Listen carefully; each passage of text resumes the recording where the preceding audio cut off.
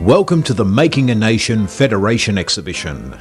Created within the magnificent former Sandhurst public offices, this award-winning multimedia exhibition celebrates Bendigo's contribution to the federal cause. Planning began in late 1998 after the City of Greater Bendigo secured $1.25 million from the Commonwealth Government's Federation Cultural and Heritage Projects program. The exhibition would be housed in the former Sandhurst public offices, designed by Major George Watson, who also designed Bendigo's law courts. Work commenced on this landmark in August 1884. When the building opened in September 1887, it was the largest of its type outside Melbourne.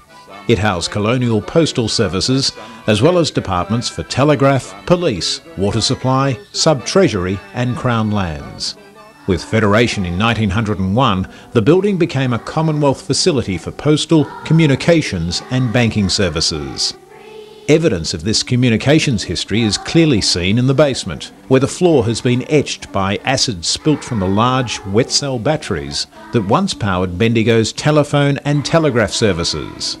There's also an old telephone wire conduit leading out under Pall Mall. Over its life, the building has undergone several internal changes. When Telecom removed its exchange in the 1980s, the building's interior was refurbished and the external decorative facade and roof elements restored in 1987. The building closed as a post office in 1996, then passed to the City of Greater Bendigo to reopen as a visitor information and interpretive centre. Making a Nation would be the latest attraction here, occupying 2/3 of the vacant ground floor and most of the basement. The 2-year-long project would involve the City Council working with local tradespeople to bring this 19th century heritage building up to modern standards. These works included removing decades worth of ad hoc wiring, plumbing and other services, installing a new stairwell to link the ground floor and basement, cutting access holes through the granite walls to run new wiring, plumbing and air conditioning, excavating building rubble and soil from the basement, and constructing a new basement ramp, especially for wheelchair access. By this stage, Council's project management team, led by Bruce Windsor, had selected Bendigo's Media Australia to drive the exhibition's design and installation. The designers worked closely with local, state and national experts to create a range of displays that would tell Bendigo's Federation story. These ideas began as a series of concept sketches, which then developed into final plans. Throughout 2001, the interior was gradually transformed into a series of thematic displays, featuring the latest multimedia technology to enhance the visitor experience.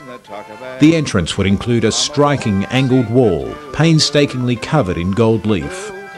For Sir John Quick's office area, Media Australia created a unique audio-visual display to tell Sir John's fascinating life story. Authentic period office furniture, desk fittings and ephemera were sourced from the Bendigo Law Courts, Art Gallery and Town Hall. A major requirement was the inclusion of the historic post office counter, so this beautiful structure gained a new life as a decorative feature in the main Federation area.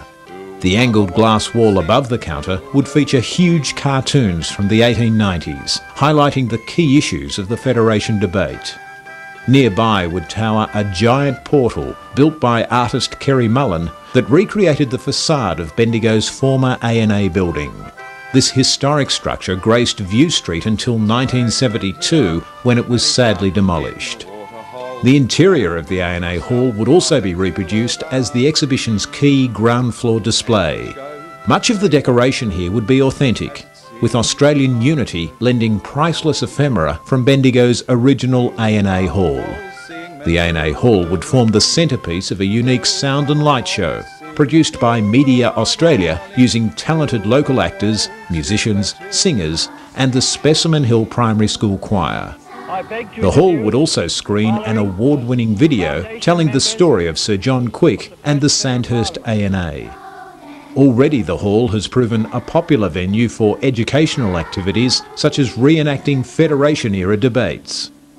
The ground floor would also include 3 Victorian-era voting booths equipped with computer touchscreens to allow visitors to search a range of referenda information.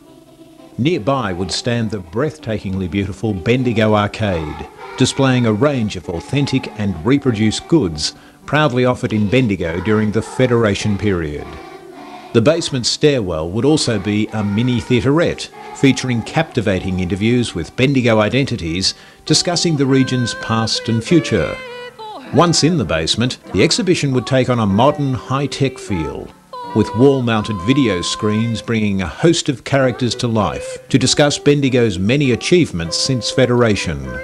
Subtle wall graphics would also highlight important aspects of Bendigo life around 1901. Bendigo's communication history would gain its own interactive display in the basement. There would also be a large graphic display of the building's architecture and construction, and information on the famous Joe Blight's quarry at Harcourt that supplied stone for this amazing edifice. The final feature would be the Education Centre, designed by architect Don Goldsworthy. This comfortable meeting and learning space was reclaimed from the rubble that for decades littered the old basement. Making a Nation officially opened on August 31st, 2001 as Bendigo's major event marking the centenary of Australian Federation. And it's now yours to explore, learn from and enjoy.